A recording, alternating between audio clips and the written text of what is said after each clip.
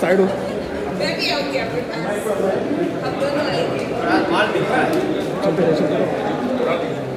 आप इसका कर रहे हैं अभी तो एक दो हो जाता है।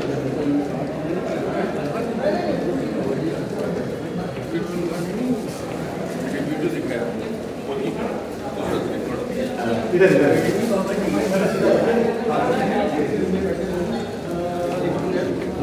इधर नहीं वीआईपी रूम है ना इधर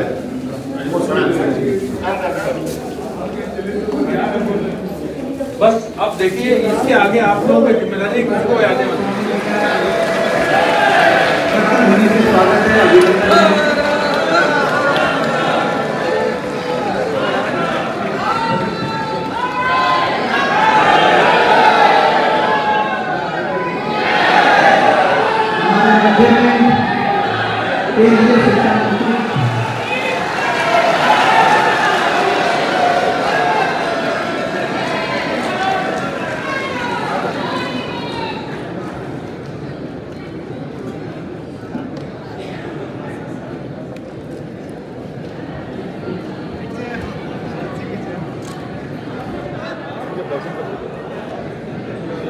उत्तर प्रदेश के उप मुख्यमंत्री आदरणीय ब्रजेश पाठक जी हमारे मध्य में हैं। मैं उनका स्वागत करता हूँ, उनका उनसे आदर करता हूँ, नमस्कार ग्रहण करता हूँ। आदरणीय ब्रजेश पाठक जी।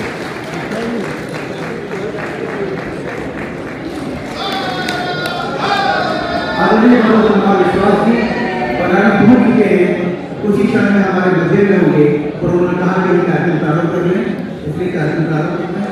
वरिष्ठ नेता सदस्य राम कुमार यादव जी हमारे मध्य में, मैं आग्रह करता हूँ कि वे आए मंच पर अपना स्थान करें। इस अवसर पर मुझे संचालन करने की भूमिका सौंपी गई है, मगर मैं ईमानदारी से आपसे निवेदन करूँ मुझे मेरा अनुभव में मेरे स्वभाव है और ये मैं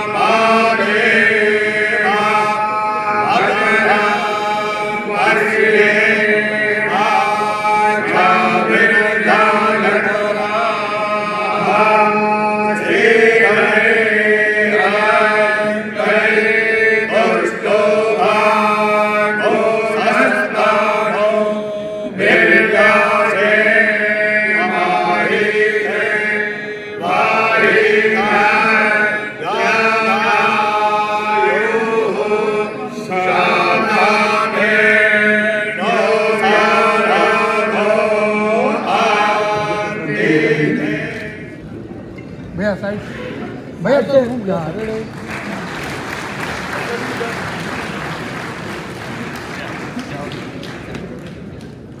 गुरुजी इधर सीधे हो जाइए गुरुजी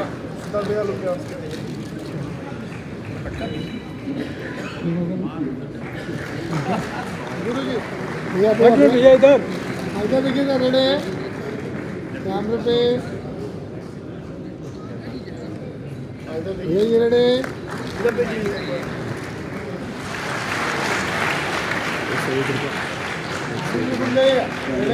घूम जाइए रेडी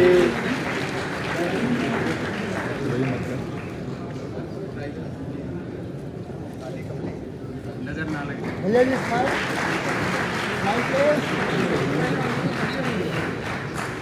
आगे देखिए हाँ सर इधर भी एक बार इधर भी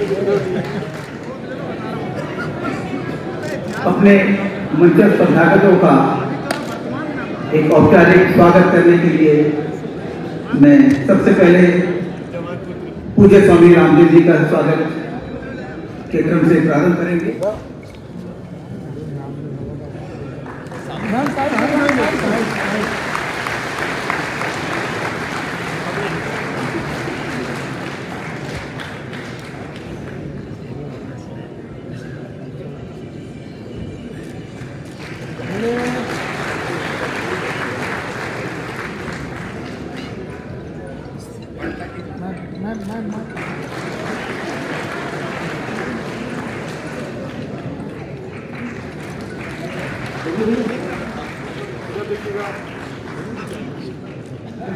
साल तक जय विक्रम पूरा होता है।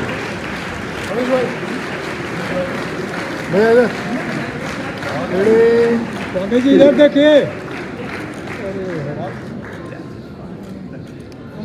आगे जाओ। आदरणीय धर्मेंद्र प्रधान जी का यह पोर्ट्रेट है।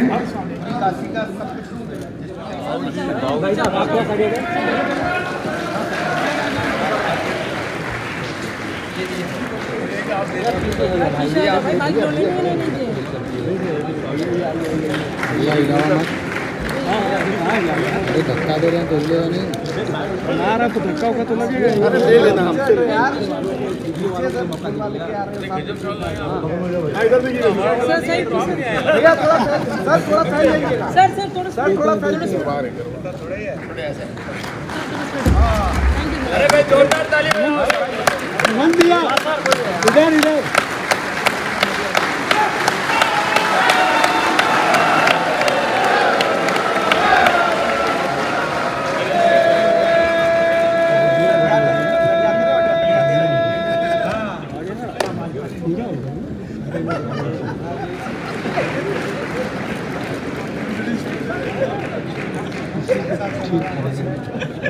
बहुत अच्छी कलाकार जोरदार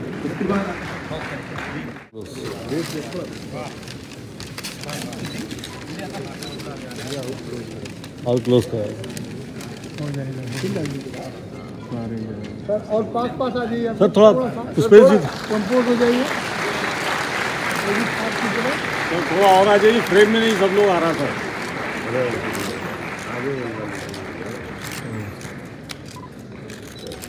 चलो सब लोग सामने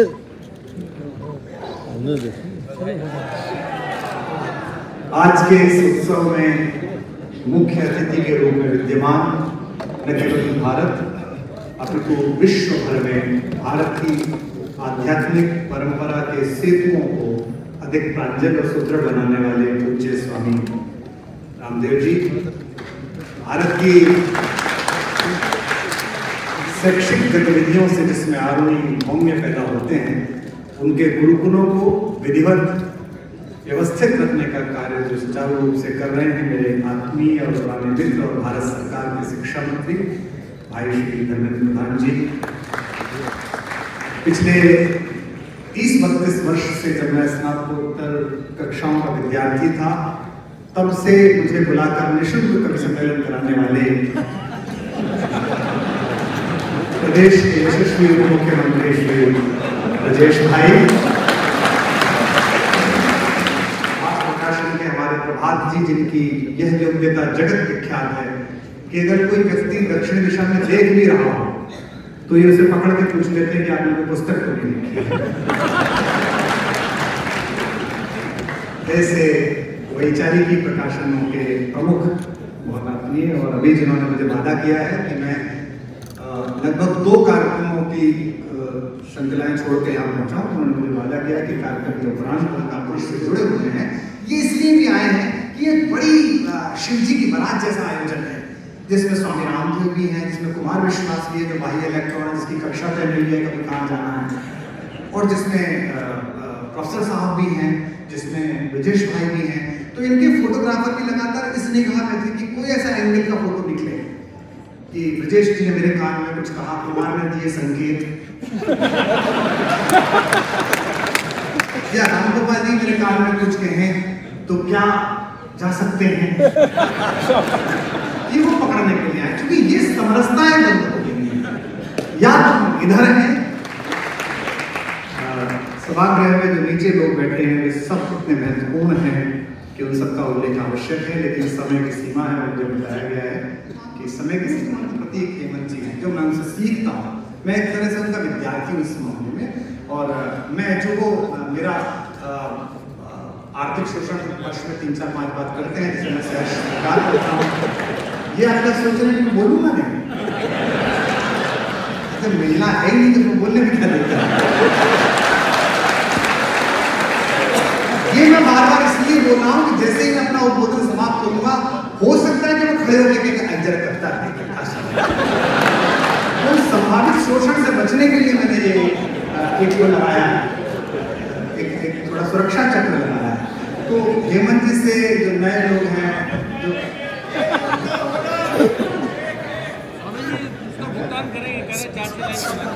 स्वामी जी क्या बोल, स्वामी जी ने एक दिन मुझको कहा कि तू ना मेरे प्रोडक्ट के लिए मॉडलिंग कर। तो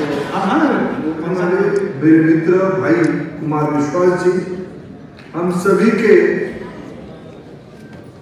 गुरु आदरणीय पुष्पेश पंत जी, इस किताब के संपादक आदरणीय उमेश प्रसाद जी, प्रकाशक आदरणीय मित्र प्रभात जी, और आज के मुख्य केंद्र बिंदु हम सभी के अति प्रिय, हमारे परिवार के, हमारे व्यक्तिगत सखा भाई आत्मीय आदरणीय हेमंत जी,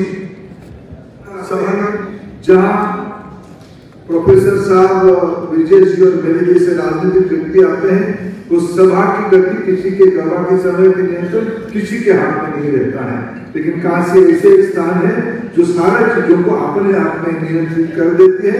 ये महादेव की कृपा है, आज ऐसे ही एक समारोह हुआ। आज इस कार्यक्रम उसकी एक प्रतिफलन है, नहीं तो समाज जीवन के, राजनीति के, विचार के अनेक भिन्न भिन्न मत रखने वाले महानुभावों की एक व्यक्ति के ऊपर आलेख आए, ये अपने आप में सच में आज की परिस्थिति में, जैसे बहुत से लोग, मैंने सोचा कहीं कोई टेक्निकल प्रॉब्लम ना आ जाए, थोड़े हाथ उठ जाए, थोड़ी खामोशी दूर हो जाए। वैसे ये कार्यक्रम भाई हमारे कुमार जी ने, ये कुमार विश्वास है इसलिए कुमारी इनमें सदा है, और विश्वास इनका आत्मा ने तोड़ दिया, फिर भी विश्वास है लगे हुए। और उनमें इतने रंग हैं, धर्म के, अध्यात्म के, राजनीति के, इतिहास के, वर्तमान के, भविष्य के। और हमारे हेमंत जी जो आज उत्सव पुरुष हैं, और यहाँ मंच से लेकर के आप सबका यहाँ होना, ये मात्र एक छोटी सी अभिव्यक्ति है। हेमंत जी का व्यक्तित्व बहुत विराट हो चुका। सनातन ज्ञान परंपरा का, मैंने गुरु शिष्य परंपरा से अध्ययन किया, गुरुकुल का विद्या, गुण, कर्म और सामर्थ्य से, चातुर्वर्ण्य माया सिस्टम गुण कर्म भाव से, उसकी व्याख्या सैकड़ों तरह से हो सकती है। गुण के आधार पर, कर्म के आधार पर या सामर्थ्य के आधार पर किसी समूह को संबोधित किया, बात उसको जाति बना दो। तो ये सनातन का दोष नहीं, जिन लोगों ने उसको जाति बना दी उनका पूछ, उनसे क्यों बना दी। अब ब्राह्मण का अर्थ, ब्रह्म कहते हैं विराटता को, ब्रह्म कहते हैं ज्ञान को, ब्रह्म कहते हैं उदारता को। जो उदारता में जीता है, विवेक में जीता है, जिसके प्रति सब में सद्भावना और जिस वेद का मित्र से चक्षुषा सर्वाणि भूतानि समीक्षन्ता, वो ब्राह्मण। जो अज्ञान को मिटाए वो ब्राह्मण, जो अन्याय को मिटाए वो क्षत्रिय। क्षत्रिय है त्रायते, क्षत भय से जो रक्षा करे वो क्षत्रिय। और जो चारों ओर जहां कहीं कुछ चीजें ज्यादा कहीं कम है, जो अभाव की पूर्ति करे, अभाव को मिटाए वो वैश्य। और जो अशुचिता को मिटा करके शुचिता के प्रतिमान घड़े वो शूद्र। अब ब्राह्मण, क्षत्रिय और वैश्य शूद्र में कोई जाति नहीं, ये मैं शास्त्रीय बात कह रहा हूं। रही बात फिर समूह की, अब कुंभ का काम करे तो कुंभ का, और कोई वस्त्र धोने का काम करे तो धोबी हो गया, धोने का काम करे तो धोबी संस्कृत के शब्द। कोई शण का काम करे तो शणकार, कुंभ का काम करे कुंभकार। को भी लोगों ने जाति बना दे, कर्म को जाति बना दी। अब ये सनातन का दोष का, कुछ ने सनातन को समझा नहीं, कुछ ने सनातन की गलत व्याख्या की, और कुछ अपने निहित स्वार्थों के लिए सनातन को गाली देते हैं। और ये बात और भी सच है, उसको आजकल कोई कहता नहीं। कुछ लोगों ने वेदों को छोड़ करके, महाभारत से लेकर के और तमाम सनातन के ग्रंथों में मिलावट भी कर दी। अब मिलावट तो कहां छोड़ी है लोगों ने? घी से लेकर के, दूध से लेकर के, अब मंजन के बारे में कहेंगे। मेरे घर ट्रक दुकान में पूरा का पूरा। तो खैर, कुछ लोगों ने शास्त्र में मिलावट भी की है। सनातन शुद्ध है, सनातन शाश्वत है, सनातन तो अनादि और अनंत यात्रा है। और बहुत तरह की बातें हो रही हैं, लेकिन ये सच है कि भारत की एक अपनी सांस्कृतिक विरासत, राजनीतिक विरासत बनती बिगड़ती रही। हमने देखा है 75 साल पहले भी 565 रियासतों में से 5-7 अंतिम सांसें ले रहे होंगे। रियासत के जो उत्तराधिकारी है, राजनीतिक साम्राज्य बनते बिगड़ते रहते हैं, आर्थिक साम्राज्य बनते बिगड़ते रहते हैं, लेकिन सांस्कृतिक साम्राज्य जीवन में रहते हैं। उसका काशी प्रमाण है, प्रभाव उसका प्रमाण। और सांस्कृतिक विरासत के उस धरोहर के हमारे शाश्वत प्रतिनिधि हैं हेमंत जी, उनके एक बार फिर से बहुत बहुत अभिनंदन है। वह हमारे गौरवशाली अतीत के जो है पुरुषार्थपूर्ण वर्तमान है और भविष्य के हमारे आशा और विश्वास भी है। आज हम यहाँ हेमंत जी को अपना प्रेम अभिव्यक्त करने के लिए आए। उन्होंने कई बार मुझसे कहा, हम भी चुप समय 4 बजे से लेकर के 10 बजे तक हमारे वर्किंग आवर्स रहते हैं। जब से हम बैठे हैं तब से हमारे कुमार विश्वास भाई कह रहे हैं कि मुझे उत्तराधिकारी घोषित कर दो, सुबह 4 बजे उठने के लिए तैयार हो तो कल से ही।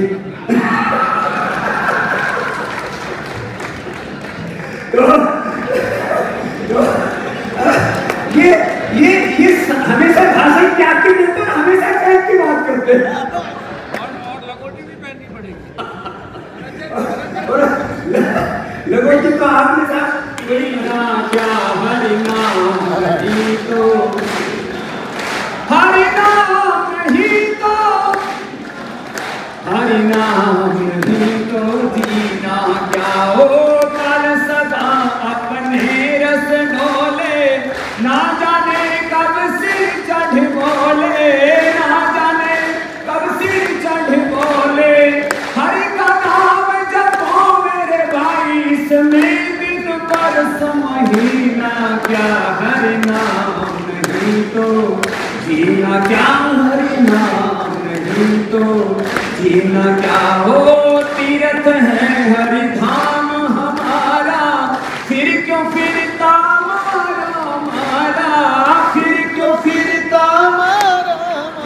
ओ किस समय हरि नाम आए, किस समय हरि नाम आए, फिर काशी और मदीना क्या हरि नाम नहीं तो जीना क्या, हरि नाम नहीं तो जीना क्या। बोले काशी विश्वनाथ की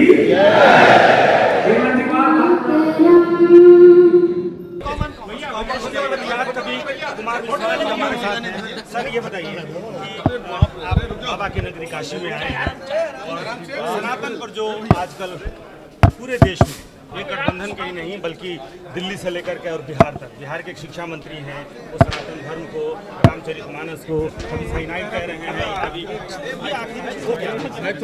जिन्हें भी इतिहास का थोड़ा सा ज्ञान है वो ऐसी बातों से विचलित नहीं हो सकते।